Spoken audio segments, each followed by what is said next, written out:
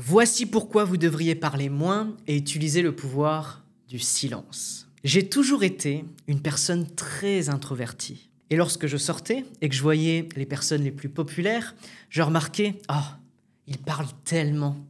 Ils savent toujours quoi dire. Ils sont toujours en train de faire du ping-pong à gauche et à droite, de parler à toutes ces personnes différentes.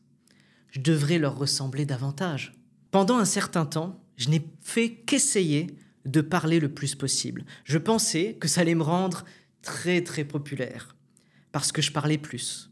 Mais je me trompais lourdement. Et voici comment le fait de parler moins va vous rendre encore plus confiant. Lorsque je me suis inscrit dans une salle de sport, il y avait quelqu'un qui parlait à tout le monde. Et chaque fois que j'allais à la salle de sport, il était là. Il parlait aux gens au milieu de leur séance. Il parlait aux gens au comptoir. Il parlait aux gens, à tout le monde. Et je me suis dit, wow, cette personne, elle est prête à faire la fête. Où qu'elle aille, elle parle tout le temps. Finalement, cette personne, elle est venue me parler à moi aussi. Et je me suis dit, wow, quelle confiance en soi.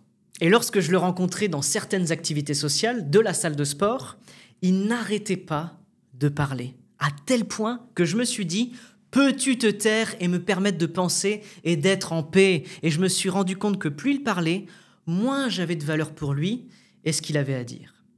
En réalité, si vous utilisez plus de mots, ils perdent de leur valeur. Mais si vous êtes plus précis et plus prudent dans vos propos, les gens accordent beaucoup plus de valeur à ce que vous dites. Et si vous parlez tout le temps, les gens n'accorderont pas de valeur à ce que vous dites. Et c'est exactement ce que je fais. Je parlais, pour le plaisir de parler, et les gens ne me prêtaient pas vraiment l'oreille, parce que je leur faisais perdre leur temps. Donc, en parlant moins, les gens apprécieront ce que vous dites, et ils vont valoriser toutes vos paroles. Vous ne voulez pas que les gens vous associent à l'ennui.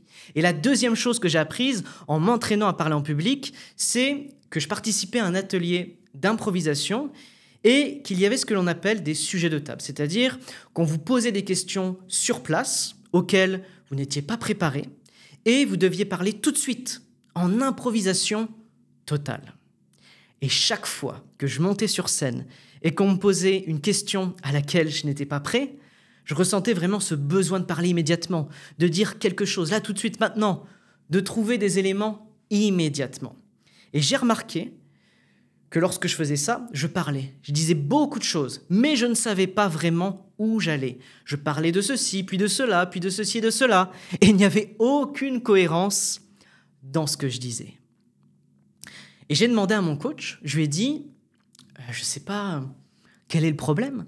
Je reçois une question, je commence à y répondre, puis je m'égare. Et c'est alors que mon coach a dit quelque chose de très simple qui a résolu mon problème. Il m'a dit, on dirait que tu parles avant de penser. Avant même d'avoir donné à mon cerveau le temps de réfléchir à la réponse, de penser à ce que je devais dire, ma bouche se mettait à parler. Les mots commencent à sortir et je parlais juste pour le plaisir de parler. Et je ne savais même pas où je voulais en venir. Ça signifie que beaucoup de mots sortaient de ma bouche, mais n'avaient pas d'impact réel. Ce qu'il m'a appris à faire, c'est de prendre 10 secondes avant de répondre à la question pour réfléchir à la direction que vous allez prendre à votre réponse. Et pendant que vous parlez entre les phrases, prenez le temps de réfléchir, ralentissez. Et cela a eu plusieurs effets. 1, ça m'a donné le temps de réfléchir, mais aussi 2, ça m'a donné le temps de me détendre, parce que vous sentez toutes ces endorphines, vous sentez toute cette adrénaline dans votre corps. Et vous ne pouvez pas vraiment penser correctement. Lorsque vous ralentissez votre rythme, vous vous détendez. Vous pouvez penser plus clairement et vous pouvez trouver de meilleures choses à dire au lieu de parler à un volume très élevé. Réfléchissez donc. Comment puis-je me donner le temps de réfléchir avant de prononcer les mots? Car lorsque je réfléchis et que je parle, les mots sonnent mieux. J'ai un meilleur choix de vocabulaire et globalement, j'ai beaucoup plus d'impact lorsque je parle. On constate ça aussi dans les entretiens d'embauche. Lorsque les gens semblent le moins confiants possible, c'est qu'ils ne contrôlent rien. Ils sont trop pressés de parler. Ils sont trop pressés de faire sortir les mots. Imaginons que quelqu'un vienne me voir et me dise « Écoutez, je ne pense pas que vous soyez un coach en art oratoire. Je ne pense pas que vous ayez les qualifications requises. Et imaginons que c'est ma réponse. Non, non, moi j'ai toutes les références, je suis très très confiant dans mes capacités, j'ai aidé beaucoup de gens dans le passé et je peux en aider beaucoup d'autres. Voyez-vous que je parle simplement parce que je suis nerveux et que je ne me contrôle pas. Je pourrais dire toutes les bonnes choses, mais si je réponds sous le coup de l'émotion, vous n'allez pas me prendre au sérieux. J'ai l'air trop pressé de prouver ce que j'avance. Mais j'aurais pu dire quelque chose de ce style. Vous n'êtes pas un bon professeur en art oratoire. Vous n'avez pas les qualifications requises. C'est dommage que vous pensiez cela. J'ai 6 ans d'expérience dans ce domaine. J'ai travaillé avec certains des plus grands chefs d'entreprise et PDG en francophonie. Et j'ai confiance en mes capacités.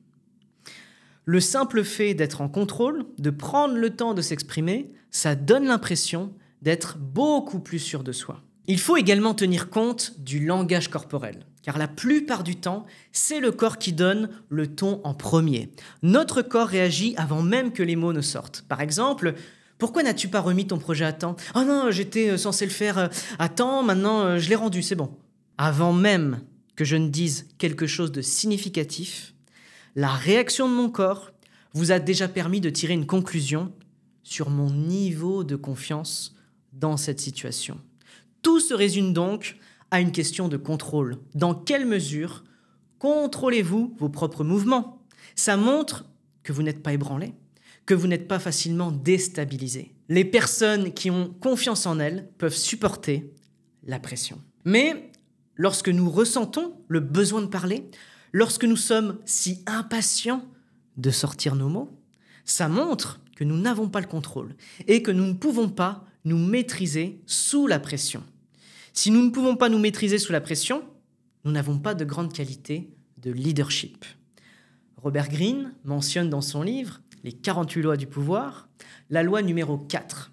Dites toujours moins que ce qui est nécessaire. Lorsque vous essayez d'impressionner les gens, avec vos mots, plus vous en dites, plus vous semblez banal et moins vous maîtrisez la situation. Les personnes puissantes impressionnent et intimident en disant moins. Plus vous en dites, plus vous risquez de dire des bêtises. Vous n'avez pas à faire vos preuves en disant plus, mais au contraire, je dois en dire moins pour avoir l'air de mieux contrôler la situation et d'être une personne d'autorité.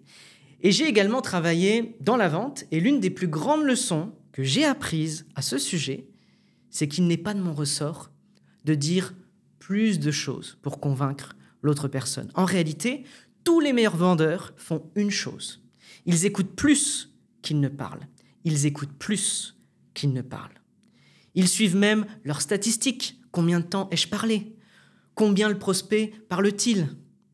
Car lorsque d'autres personnes parlent, ça vous donne les munitions dont vous avez besoin pour leur poser des questions intelligentes.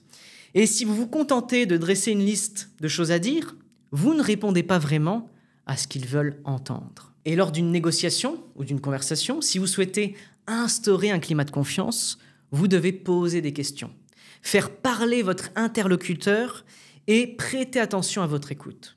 Alors je sais qu'on le dit souvent, mais lorsque vous écoutez, que vous écoutez vraiment, vous pouvez repérer des mots, des sujets spécifiques, puis poser des questions complémentaires sur des sujets.